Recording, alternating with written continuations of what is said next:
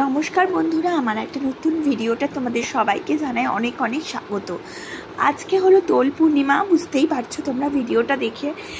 আর সমস্ত কাজকর্ম শেষ করে আমি চলে এসেছি নিচে দুই বাচ্চাকে নিয়ে। ত্রিশ ভেবেছিল বাবার সাথে দোল খেলবে, কিন্তু ওর বাবাকে একটু কাজের জন্য বাইরে যেতে হয়েছে, তাই ও নিজেই চলে এসছে।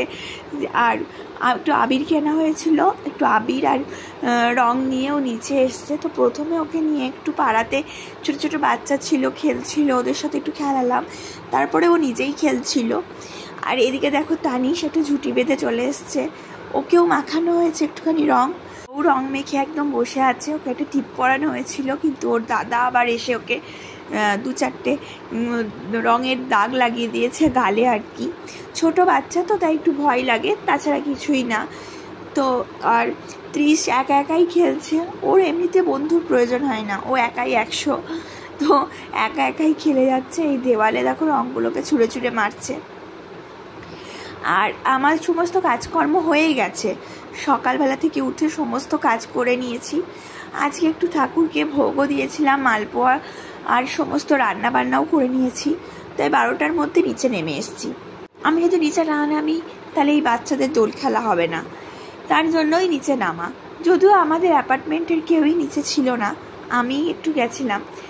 তো ও রং খেলছে আর আমি একটু দেখছি, আর কিছু পাচ্ছে না, কাকে মাখাবে, একা একাই খেলছে, একটু দৌড়াদৌড়ি করছে, আর এদিক ওদিকে দেওয়ালের মধ্যে রং মাখাচ্ছে আর নাচানাচি করছে।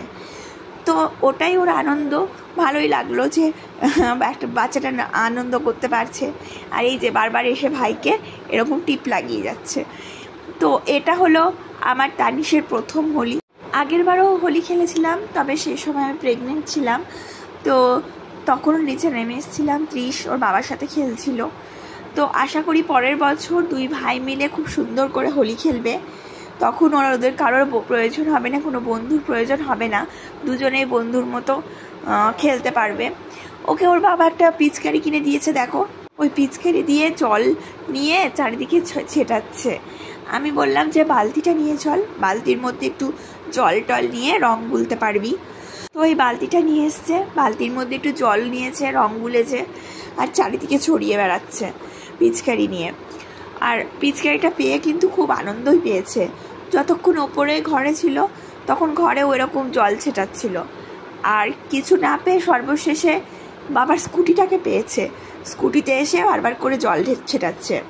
সুপ্রিয় আজকে স্কুটিটা রেখে গেছে, তো ভাবলো ওটাতেই রং মাখিয়ে একটু ভূত বানানো যাক। আমিও কিছু বলছি না, বাচ্চা মানুষ খেলছে, খেলুক। স্কুটির মধ্যে বারবার করে জল দিচ্ছে, আর নিচে সেরকম কেউ ছিল না বলে কোনো অসুবিধাও হয়নি, ও একা একা বেশ আনন্দ করে খেলছিল। তো খেলা হয়ে গেলে, আর এই যে অন্নপ্রাশনেও একটা গিফট পেয়েছে, দেখো এত সুন্দর একটা বাথটাব। তো দুজনকে ওখানে স্নান করাচ্ছিলাম, আর ত্রিশ তো এখানে স্নান করতে ভীষণ পছন্দ করছে। আর ওর তো এরকম বাথটাব ছিল না, ভাইয়ের অন্নপ্রাশনে পেয়ে ওরও একটু আনন্দ হচ্ছে। আর এটাকে ফলিয়ে নেওয়া হয়েছিল, সুপ্রিয় ফুলিয়ে দিয়েছে। তো এটাকে তো ফুলিয়ে নিতে হয় আর কি, এমনিতে হবে না। এটা আমি আমার সঙ্গে করেই নিয়ে এসেছি কলকাতা থেকে, মানে বাড়িতে পেয়েছিল, আমার বাড়িতে পেয়েছিল। তো খুবই কাছের একজন দিয়েছে ওকে গিফট, খুব ভালো লাগলো, গিফটটা খুব সুন্দর হয়েছে। মানে দুজনেরই বেশ আনন্দ হচ্ছে, দুজনেই বেশ আনন্দ করে স্নান করতে পারছে। তো এটা এখানে নিয়ে আসার পর থেকে এটাতে করেই ওদেরকে স্নান করাচ্ছি, আর এটাতে স্নান করে ওরা খুব মজাও পাচ্ছে, একদম উঠতেই চাইছে না। মানে বাথটব থেকে একদম ওঠাই ওদের জন্য কষ্টকর ব্যাপার হয়ে গেছে। ত্রিশ ভাইয়ের দিকে বারবার জল ছিটিয়ে দিচ্ছে, আমার দিকে জল ছিটাচ্ছে। আমি বললাম ভাইয়ের দিকে করো না বাবা, বাড়ির দিকে করলে ভাইয়ের যদি কানে টানে জল ঢুকে যায়। তো আজকের মতো ব্লগটা এখানে এন্ড করলাম, টাটা।